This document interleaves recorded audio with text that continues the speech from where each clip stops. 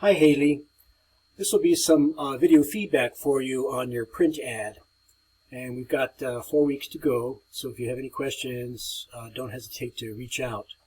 I post my number in the announcements usually, so I bid you strength till the end of the term. Haley, this is really competent, for a first draft of the ad. I liked your various headlines, I guess, or slogans. I like the order. I also like the contrast to scale. That the way that you've cropped these photos in, how these circular photos are not all the same size. And I also like the way that you've manipulated your photographs way back from beginning in week 1. You've got the ingredients. What I would suggest is you move them around, and try different arrangements. You're going to need some kind of contact information that could be a QR code.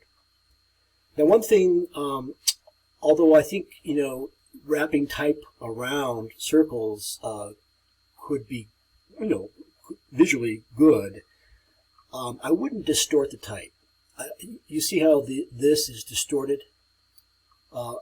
And this is not. So, you could back this away from the photo, but I would, it's also, letter spacing is really difficult when you curve type around an arc like this. You see how the CO combination is kind of wide, and then let's say this DE combination is kind of tight.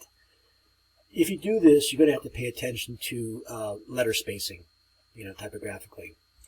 This looks pretty good as a line of type, so I think that italic seems to work well if you bend it around the cap height of a arc.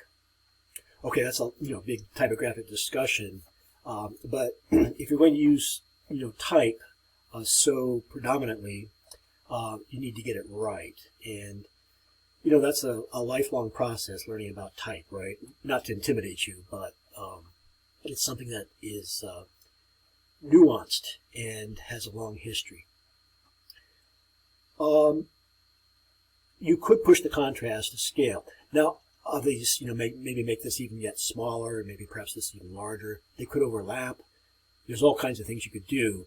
I don't, now that you have the ingredients, I'll take a look at your Illustrator file to see how you structured it next. It should be easy to move them around. Haley, when I try to open your Illustrator file, I am getting this missing linked files. It's important to know how to embed files. I'll just click through this, but I'll show you how little we're left with if you don't embed files. Now, can you imagine going to, say, Kinko's with a file prepared this way and being disappointed that they can't print it?